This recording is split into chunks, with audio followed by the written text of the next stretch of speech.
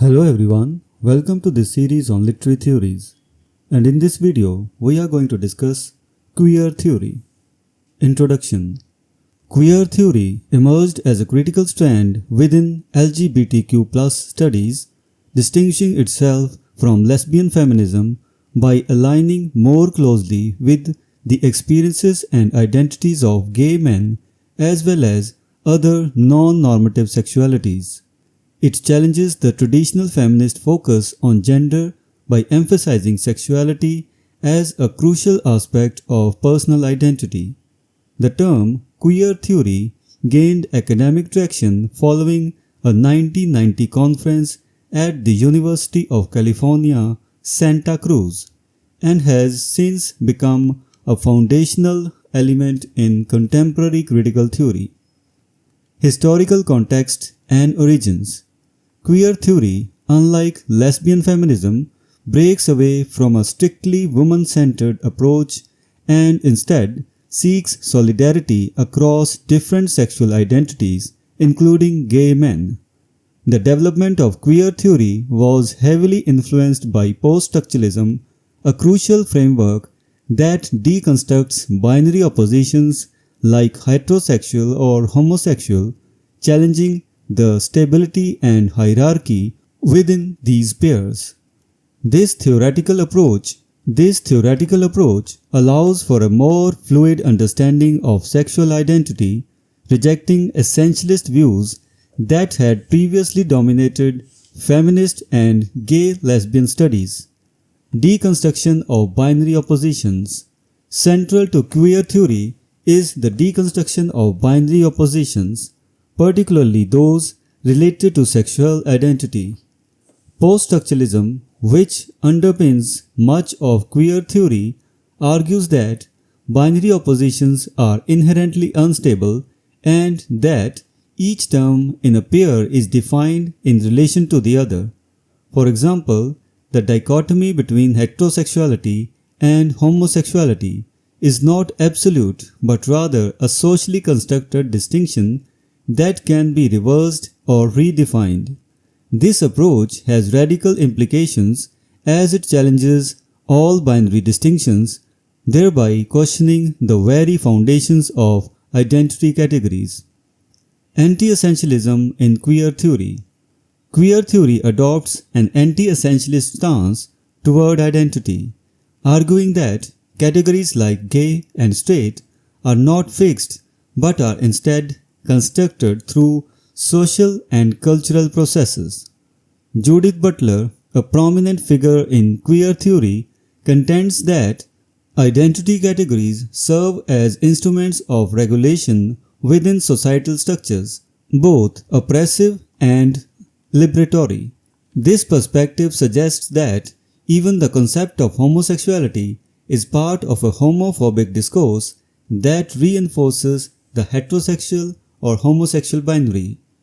According to Butler, identity is a site of constant contestation and revision with no stable inherent essence.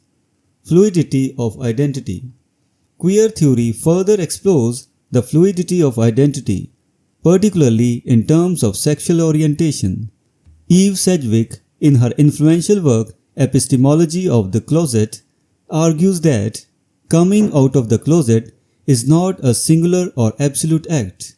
Instead, it involves varying degrees of openness and concealment, depending on the context. Sedgwick highlights that identity is a complex mix of chosen allegiances, social positions, and professional roles, rather than a fixed inner essence.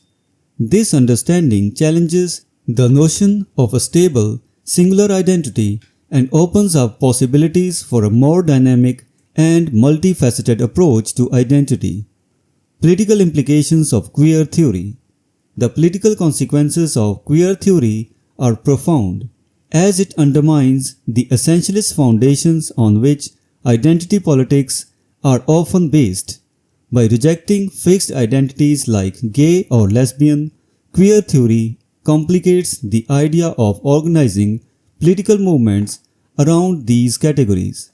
While this anti-essentialist approach offers a more nuanced understanding of identity, it also raises challenges for mobilizing collective political action as it destabilizes the very concepts that often unite marginalized groups in their struggles for rights and recognition.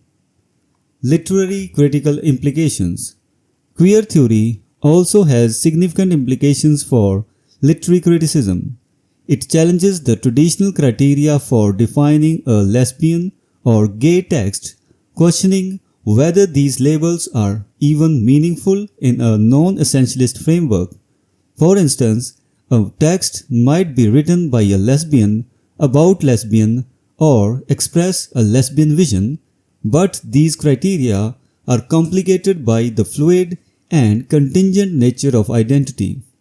Critics within queer theory often focus on how texts disrupt conventional categories, blurring boundaries between self and other, subject and object, and exploring themes of liminality and fluidity. Challenges and critiques. Queer theory's anti-essentialist stance has led to critiques, particularly regarding its tendency to romanticize fluidity and disruption. Some critics argue that queer theory places an unreasonable social and political burden on sexual orientation by expecting it to symbolize resistance to all forms of oppression. Additionally, queer theory's preference for non-realist genres such as experimental fiction and fantasy reflects its skepticism toward traditional narratives that rely on stable identities and linear progression. Conclusion. Queer theory represents a significant departure from earlier forms of feminist and gay lesbian studies, emphasizing the fluidity and contingency of identity. It challenges the essentialist foundations of identity politics and offers a more dynamic understanding of sexual and gender identities. However, this approach also raises questions about the viability of political movements based on identity categories and the role of literature in reflecting or subverting these identities. As queer theory continues to evolve, it remains a vital and provocative area of critical inquiry, reshaping our understanding of identity, sexuality, and power. So this was the discussion on queer theory. We will meet in the next video and discuss some other topic. Until then, goodbye and thank you.